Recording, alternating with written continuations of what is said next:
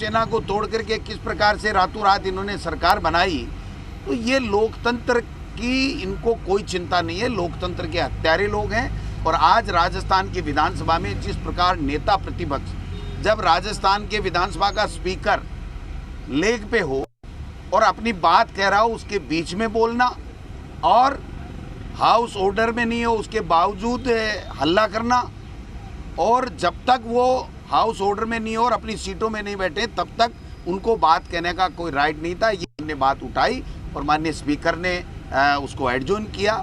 लेकिन इनको न तो किसी बात की चिंता, इनको तो अमित शाह जी जो टास्क देके गए हैं, पहले रीट का टास्क दिया था इनको, रीट में बेरोजगारों के साथ इन्होंने धोखा करने का काम किया। उनको 12 महीने पहले लोग नौकरी लगते, जो जिन्होंने गलती की, जिन्होंने गड़बड़ की, जिन्होंने चोरी की, उनके खिलाफ कार्रवाई हो रही है, वो जेलों के अंदर हैं। उसके बावजूद बच्चों का 12 महीने का उनको सेशन दूसरा लेट किया। और आज भी ये लंपी को लेकर के अगर गोमाता की बात उठाते तो कोई समझ में आता। ये तो खुद ही तो लोकतंत्र की और संविधान की और राजस्थान की नियम और परंपराओं की धज्जियां उड़ा रहे हैं और खुद ही भाषण ठोक रहे हैं। तो इनको समझ में नहीं आ रहा, क्योंकि 4 साल तक ये कोई भी जनता का मुद्दा उठा नहीं पाए। और आज अगर लंपी की वो बात करते तो समझ में आती। और मैं तो सरकार से ये कहना चाहूँगा, पार्टी के प्रदेश अध्यक्ष के नाते, कि सबसे पहले राजस्थान की विधानसभा में कल लंपी के ऊपर चर्चा हो।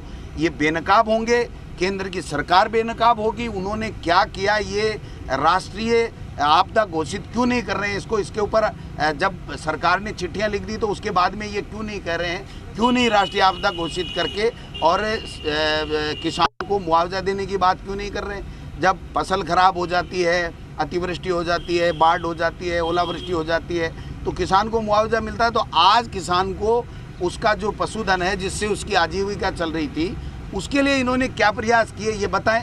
इनका कल सामने आ जाएगा, दूध का दूध पानी का पानी हो जाएगी कि कितने लोगों ने, इन्होंने एमपीओ ने, कितनों ने लंपी के लिए पैसे दिए, एमएलए ने किसने पैसे दिए। ये केवल भाषणबाजी जानते हैं। भारतीय जनता पार्टी का मूल एजेंडा है झूठ बोलो, बार बार बोलो और उतनी दफा बोलो जब तक झूठ भी सच नज़र नहीं आने लगे। तो इस एजेंडे के ऊपर ये लोग बाग काम कर रहे हैं। मैं समझता हूँ कि राजस्थान की विधानसभा में हम सब मजबूती के साथ में सरकार की जो फ्लैगशिप योजनाएं हैं, सरकार जो अच्छा काम कर रही है, उसके बारे में हम लोग सब तैयारी के साथ में, कहीं चिंता करने वाली कोई बात नहीं। कल ये विधानसभा घेराव करने वाला है लंपी को लेकर। ये खुद एक तो हो जाए, पहले 8-10 ग्रुपों में बटे हुए हैं, 1-2 और प्रकट हो गया बताते हैं सीएम का उम्मीदवार।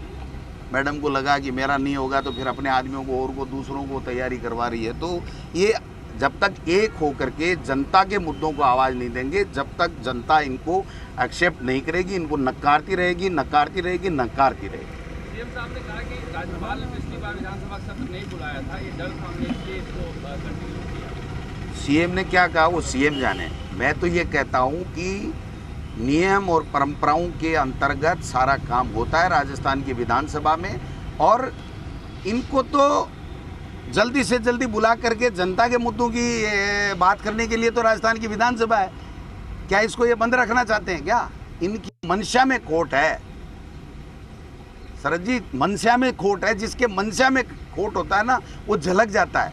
अभी बीच बीच में दूसरे नारे लगाने लग गए, तीसरे नारे लगाने के लिए। ये खुद कंफ्यूज लोग हैं और टुकड़ों में बटे हुए हैं।